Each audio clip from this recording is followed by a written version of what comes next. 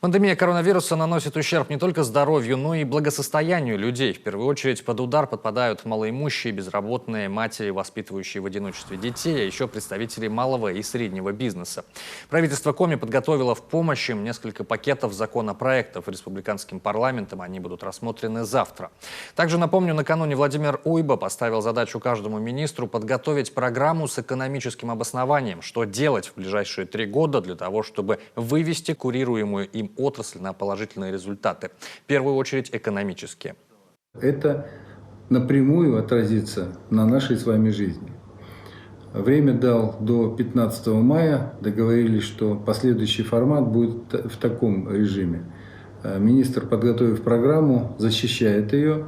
Мы проводим ее через экспертное сообщество, в том числе с привлечением ведущих экспертов в экономическом блоке правительства Российской Федерации, ведущих министерств, Министерства экономического развития России, Министерства финансов России, отраслевых министерств.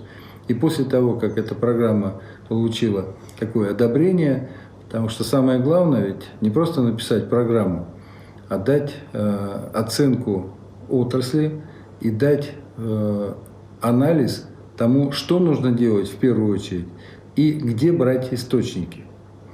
Поэтому вот по прохождению и завершению этой работы я вам тоже доложу, как мы двигаемся и какие результаты, и с какими результатами мы пойдем в 2021 год для того, чтобы вывести к 2023 году, как я уже сказал, экономику в плюсовые значения.